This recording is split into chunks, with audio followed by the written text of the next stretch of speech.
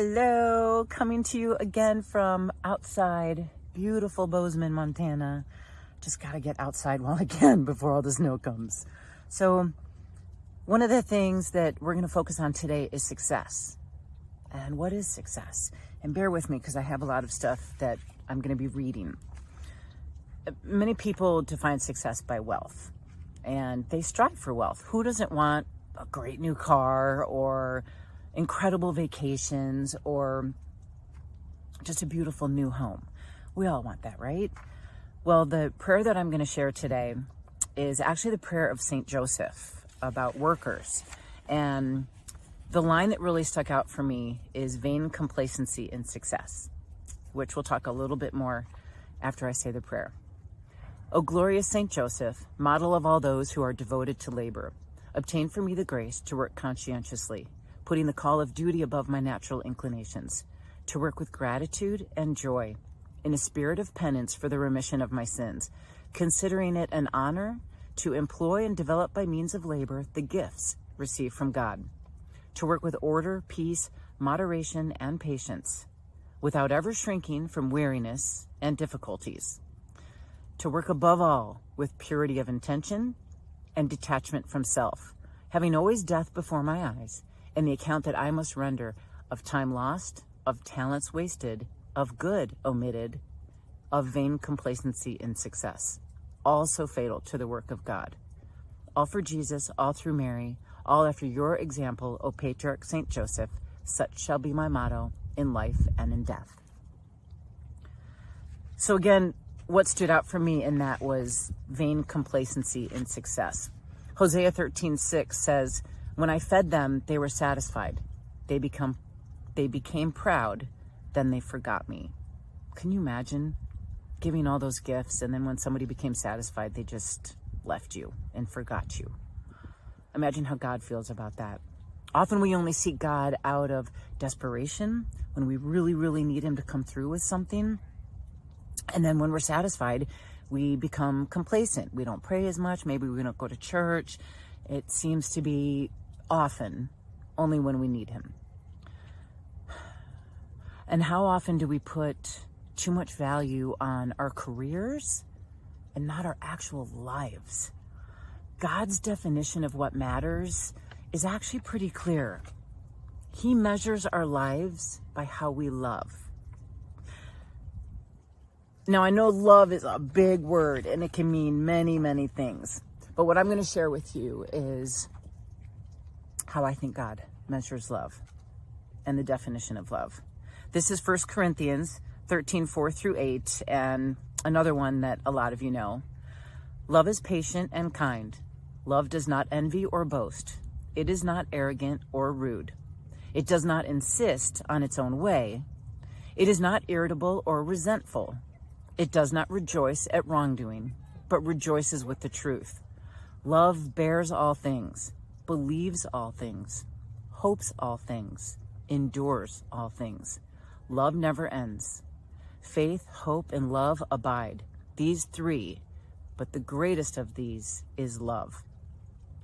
So I'm reading a book called Crazy Love by Francis Chan. Great book. And it really calls out Christians on how they are practicing their faith. So what he did was an exercise in this book with 1 Corinthians 13:4-8, the verses that I just read. And he challenged us to do a little exercise with the verses. Substitute your name for the word love throughout that passage. And I've got it written out so you can do this exercise later, but oh wow. For example, Kathy is patient and kind. Kathy does not envy or boast, is not arrogant or rude. Well, I can stop you right there. Sometimes I'm rude.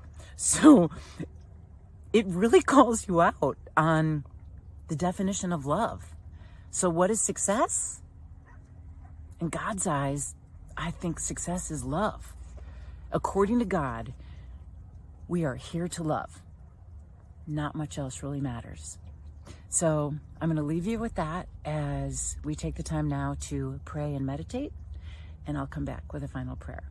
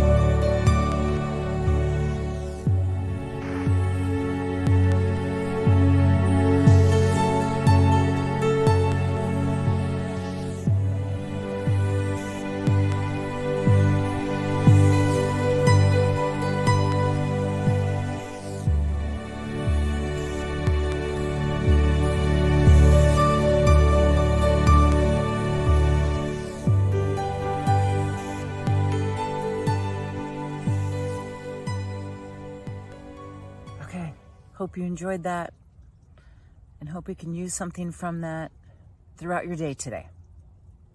But I leave you with this. May the Lord bless you and keep you. May the Lord make his face shine upon you and be gracious to you. May the Lord turn his face towards you and give you peace. Blessings, everyone.